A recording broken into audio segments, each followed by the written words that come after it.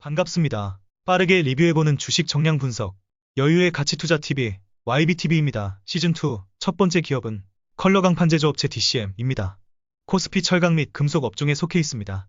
현재 PBR 0.62로 최근 5년 가장 저평가되었을 때와 비슷한 수준입니다.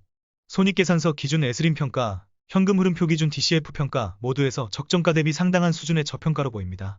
퀀트 지표에서도 상위 15% 이내의 저평가 순위를 보이고 있습니다.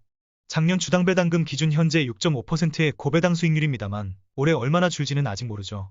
원재료 및 제품 가격 변동 보겠습니다.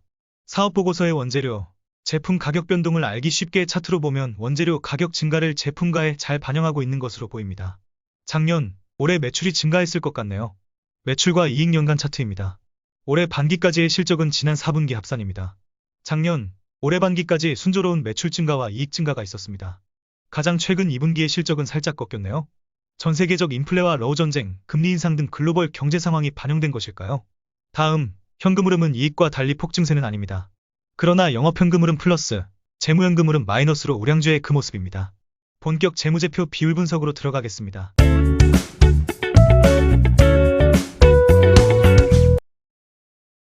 우선 성장성입니다. 21년 매출이 50%가 넘고 이익은 150%에 육박할 정도로 폭증했습니다. 올해 2분기부터 이 폭증세에 제동이 걸리긴 했습니다. 수주량 증가로 매출액 증가, 내부 원가 절감 및 금융투자자산 평가 이익으로 이익이 증가했다네요. 외형 성장률을 보시면 올해 유형자산 증가가 돋보입니다. 대체로 모든 분야에서 고른 성장성을 보입니다. 비율 분석 수익성입니다. ROE가 20%가 넘는 상당한 우량회사가 되었습니다. 지난 ROE를 보면 지금의 고공행진은 오래 가진 못할 것 같습니다.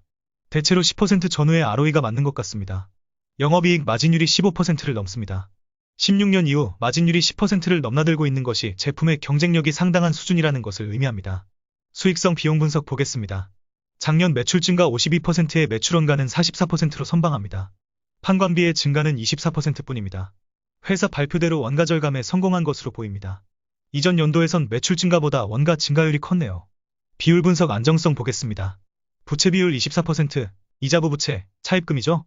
3%로 거의 무차입 경영입니다. 더 말할 것도 없는 단단한 안정성입니다. 손익자산 간 관계에서도 모든 비율 적절한 수준 유지되고 있습니다. 매출 채권, 재고자산 등의 관리가 잘 되고 있네요. 운전자산의 변동을 보시면 작년, 올해 매출 증가보다 재고자산, 매출 채권 등의 증가가 큰 폭으로 이루어졌습니다. 현금 흐름에 영향을 끼칠 만한 변동입니다. 허나 위에서 살펴봤듯이 매출 채권, 재고자산, 매입채무 등이 모두 적절한 비율로 관리되고 있죠. 운전자산의 폭증으로 이 비율의 이상이 발생하면 무리한 경영으로 투자에 주의를 요합니다. 운전자산의 변동과 감가상각비로 이익과 현금 흐름이 차이나는 이유를 알아보겠습니다. 영업현금 흐름에서 상시적으로 가장 큰 영향을 미치는 것은 매출채권, 재고자산, 매입채무 등의 운전자산 변동과 감가상각비입니다. 이 외에도 법인세 환급 등의 특발성 이유가 있을 수 있겠죠. 당사의 이익 폭증과 달리 영업현금 흐름이 미진한 이유는 매출채권, 재고자산 등의 운전자본이 증가한 이유가 가장 큽니다. 유형자산과 감가상각비는 하향 추세입니다. 올해 들어 늘어나는 매출에 발맞춰 유형자산이 증가하기 시작했네요. 내년부턴 감가상각비가 좀 늘어날 것 같습니다. 올해는 아직 다 가지 않았기 때문에 반기의 감가상각비는 예년보다 작게 떨어내는 것으로 보입니다. 평균 유형자산 대비 9% 정도의 감가상각을 하고 있습니다. 다음, 비율 분석 활동성입니다. 자산회전율이 이를 넘어가면 훌륭합니다. 나쁘지 않은 자산회전율이고요. 유형자산이 줄어들면서 유형자산의 효율성이 높아지고 있습니다만 올해부터 유형자산이 늘면서 이 효율성도 예년 수준으로 갈 것 같습니다. 매출이 증가해서 지속적으로 유형자산 회전율이 높아졌으면 해요. 현금 회전일수 이전 41 정도에서 최근 운전자본 증가 여파로 2달 정도로 늘었습니다만 전통산업에서 이 정도의 회전율은 매우 양호합니다. 보유 현금은 매출액 대비 7% 이상이면 적절합니다. 다음, 알트만 교수의 지스코어로 기업의 도산위험을 측정해 보겠습니다. 3 이상이면 안전하다는 지스코에서 4.52의 매우 높은 점수를 받았습니다. 우량기업이라는 뜻이죠? 코스피 철강 및 금속 업종 내에서도 매우 높은 수준의 지스코어입니다. 다음, 가치지표로 이 기업이 현재 얼마나 저평가인지 알아보겠습니다. PBR 0.6, 퍼3이 채되지 않는 저평가를 받고 있습니다. 적정 PBR은 요구 수익률 9%의 상황에서 현 ROE를 감안했을 때 2.6이 나옵니다. 적정 PBR 대비 한참 낮은 PBR과 PER을 부여받고 있습니다. 그런데 최근 철강 업종은 전반적으로 매우 저평가되고 있죠. 업종 중앙값은 0.5입니다. 타 지표에서도 철강 업종 등이 심한 저평가를 받고 있음을 알 수 있네요. PBR에 대해서 조금 더 자세히 보겠습니다. 한국 시장은 여러 가치 지표 중 PER의 중요성이 선진국 대비 매우 낮습니다. 경기순환형 스프레드 산업이 대부분이라 이런 기업은 고퍼에 사서 저퍼에 팔아라는 말이 있을 정도로 PER로 저평가 여부를 판단하기는 쉽지 않죠. 순자산 대비 시총을 나타낸 PBR이 국장에선 가장 저평가의 지표로 신뢰도가 높습니다. 2010년부터 지난 13년간 PBR 히스토리는 그래서 의미가 매우 큽니다. 바닥과 천정을 잡기에 가장 좋은 지표라고 개인적으로 생각합니다. 당사의 역대 PBR을 보시면 바닥은 0.6 정도, 최고점은 1.5 정도로 보이네요. 보통 1 정도를 평균으로 보면 되겠습니다.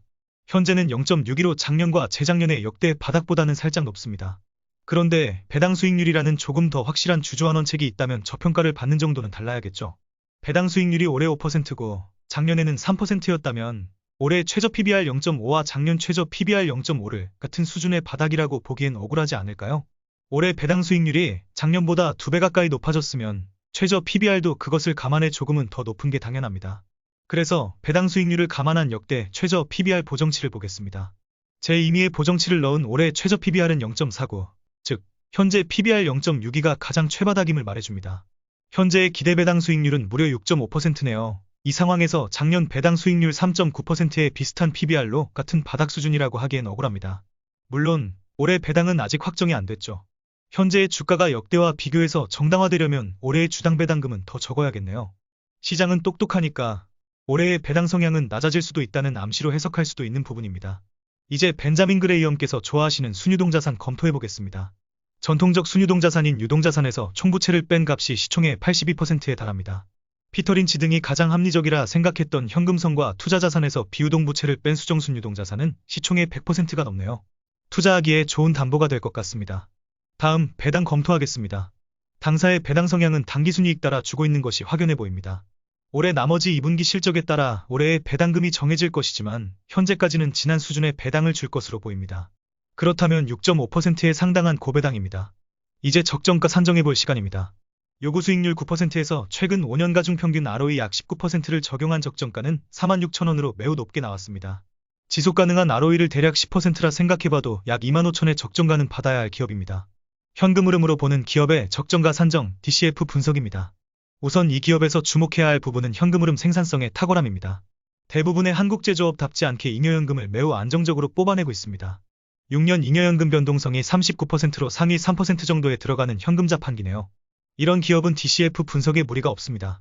22,000원은 받아야 적정가치라고 말해주고 있네요. 현재가 대비 64%의 상승효력이 있습니다. 아까 에스림 분석에서 지속가능한 ROE를 10%로 가정했을 때 적정가를 제가 25,000원 정도라고 했죠? 얼추 맞아떨어지는 것 같습니다. 다음 유사 업종 기업 비교입니다. 강판 생산업체 포스코스틸리온과 KG스틸입니다. 매출과 이익 볼륨에서 DCM은 다른 두 기업과는 게임이 안 됩니다. 하지만 마진율은 DCM이 두 기업을 압도하네요. 매출과 이익 증가는 KG스틸이 가장 높습니다만 DCM 꿀리지 않습니다.